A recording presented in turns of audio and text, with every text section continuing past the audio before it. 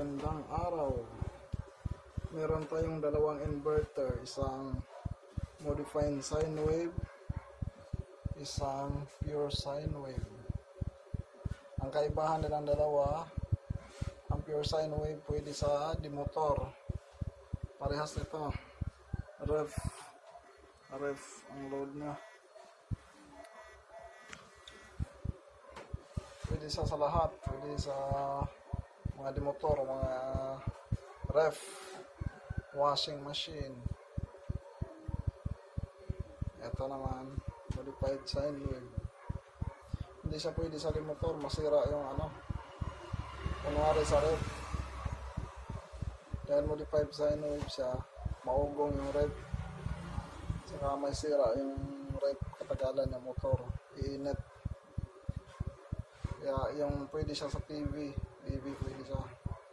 Ceiling fan, pwede na.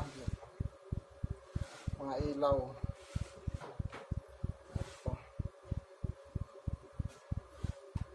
Mas mura siya kaysa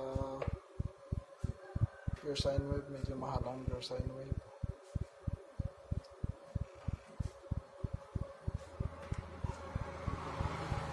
$200 watts na load dito.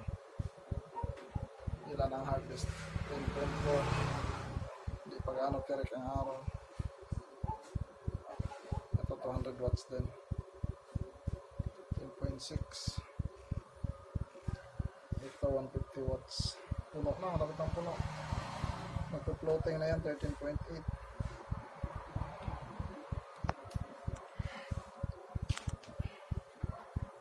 Running ng ref, 84.6 watts. Ito siya. Yung laman ng ref.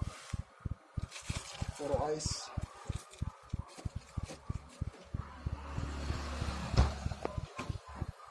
Ito mga soft drinks.